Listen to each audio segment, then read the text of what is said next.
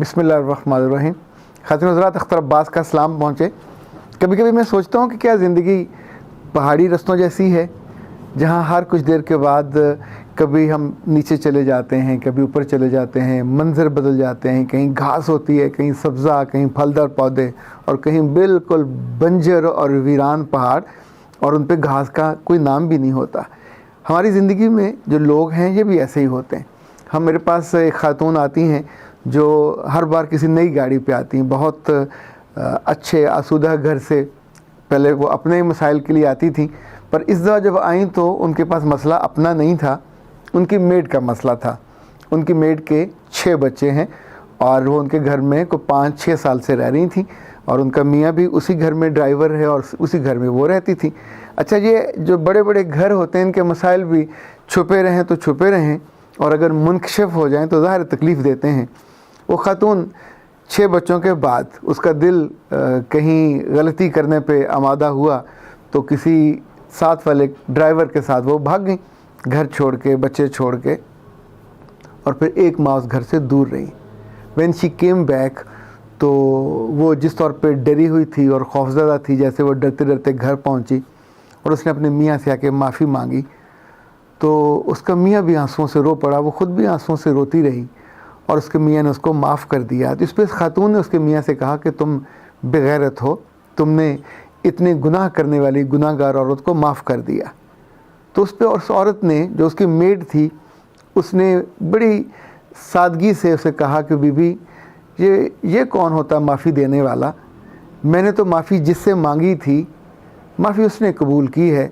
क्योंकि माफ़ी जब किसी बंदे या बंदी के दिल में उतरती है तो फिर वो माफ़ी मांगता है, और अगर माफ़ी को कबूलियत मिल जाए तो अगला बंदा या अगली बंदी जिसके पास उसने जाके माफ़ी मांगनी होती है वो कबूल कर लेता है। उसने जो जुमला सादगी से कहा, लेकिन सच तो ये है कि इससे बड़ा सच भी कोई नहीं है। जब भी कोई इंसान गलती के बाद, माफ़ी हमेशा गलती के बाद मांगते हैं, कुताही के बाद मांगते हैं, और जो माफ़ी न मांगे वो गुस्ताख बनता है। गुस्ताखी की माफ़ी नहीं होती, माफ़ी तो इंसान अपनी गलती के बाद ही मांगता है। गलती इंसान से किसी भी उम्र में हो सकती है, शादी से पहले भी हो सकती है, शादी के बाद भी हो सकती है, पर गलतियों के बाद हम सब अपनी अपनी गलतियों के लिए स्पेस मांगते हैं, अपनी अपनी गलतियों के लिए जवाज़ मांगते हैं। कोई दूसरा कर ले, हमसे छोटा कर ले, हमसे बड़ा कर ले, अमीर कर ले, गरीब कर ले, माफ़ी देते हुए हमको बहुत तकलीफ़ होती है। उसके मर्द से जब उन्होंने कहा कि तुमने इसको क्यों माफ़ किया, ये तो भाग गई थी, इस घर को छोड़ के चली गई थी, तो उसने कहा कि अगर मैं माफ़ न करता तो ये मर जाती, और अगर मैं माफ़ न करता तो मेरे बच्चे भी रुल जाते, मैं माफ़ न करता तो मैं भी रुल जाता। अब ये मेरे पास वापस आ गई है तो मुझे ही समझदारी से और बड़ा दिल करके इसको कबूल करना चाहिए था। ख़ातिन हज़रात, ये बात उस अनपढ़ ने, उस कम अकल ने, कम फहल ने जो 3 पहलू उसके बयान किए, इस पर कभी गौर तो कीजिएगा। जिन औरतों को माफ़ी नहीं मिलती, एक भेड़िए ने उनके साथ खेला, उनके जिस्म के साथ खेला, उनकी इज़्ज़त के साथ खेला, और उन्हें घर से बेघर कर दिया, उन्हें ख़ानदान से निकाल दिया, उन्हें उस ज़िंदगी की आसानी, आसूदगी, खुशी, तहफ़्फ़ुज़ से निकाल दिया। पर वहाँ जाके उस खातून को, उस लड़की को अंदाज़ा हुआ कि ये बदबख्त तो धोखेबाज निकला, he is a cheater, he is not sincere with me. तो वो वहाँ से वापसी का रास्ता इख्तियार किया।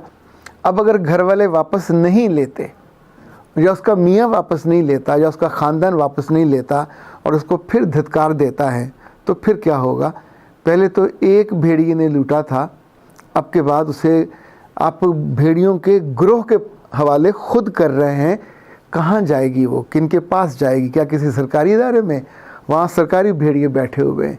क्या किसी ऐसी जगह पे जिसको आप जानते भी नहीं हो, जो उसके सगे थे वो उसको माफ़ करने पे तैयार नहीं है, वो उसको तहफ़्फ़ुज़ देने पे तैयार नहीं है, तो कोई दूसरा जिनकी निगाहें भी बुरी, जिनके दिल भी बुरे, वो तो ज़रा सा एहसान करने के बाद ना सिर्फ जताते हैं बल्कि उसका बदला भी लेते हैं।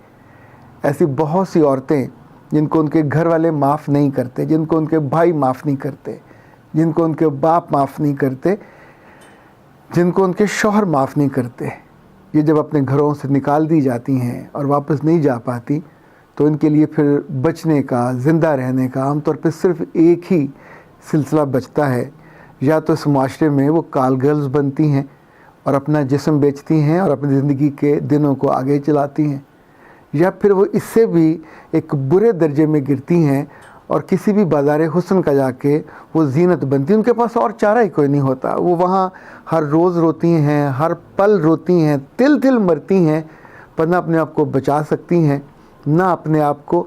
ये उनकी गलती की जो सज़ा थी ये उससे बहुत ज़्यादा है। ये सज़ा उन लोगों ने दी है जो उसके अपने थे।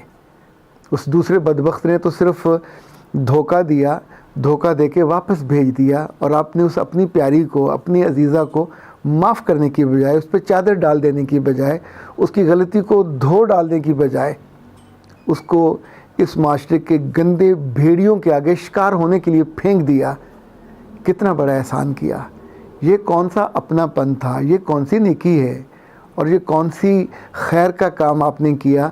एक ज़िंदा लड़की को जो अपनी गलती से वापसी के रास्ते पे आ गई थी, आपने फिर उसको धक्का दे दिया, लुढ़का दिया उस गुनाह के दलदल में जहाँ से कोई गैर उसे क्यों निकालने आएगा।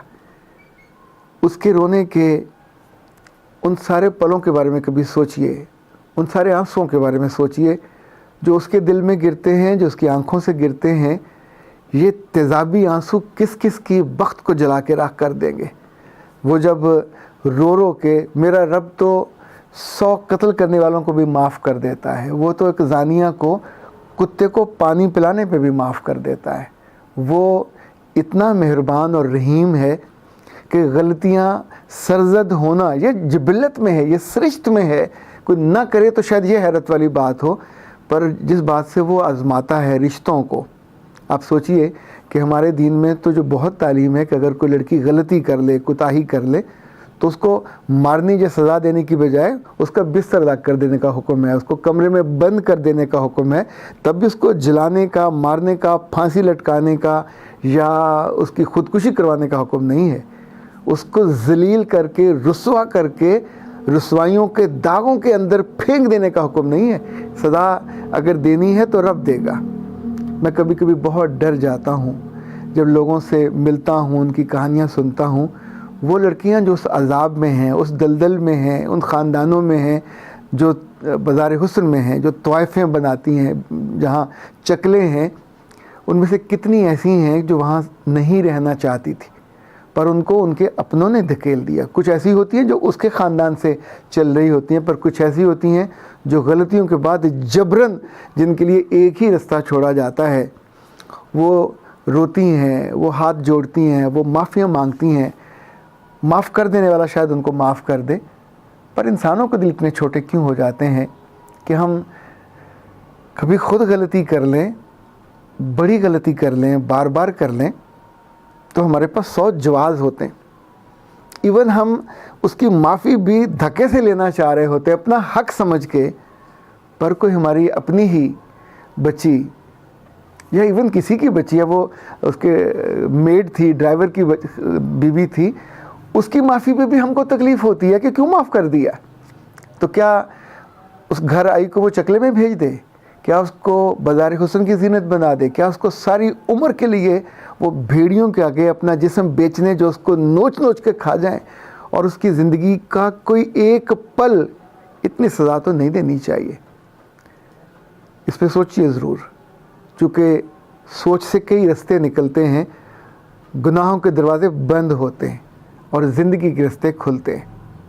मुमकिन है आपको इससे इत्तेफाक ना हो, पर इत्तेफाक ना हो तो भी दिल तो बड़ा करना चाहिए, तो भी सोचना चाहिए, शायद किसी की ज़िंदगी बच जाए। अख्तर अब्बास को इजाज़त दीजिए। अस्सलाम वालेकुम व रहमतुल्लाह।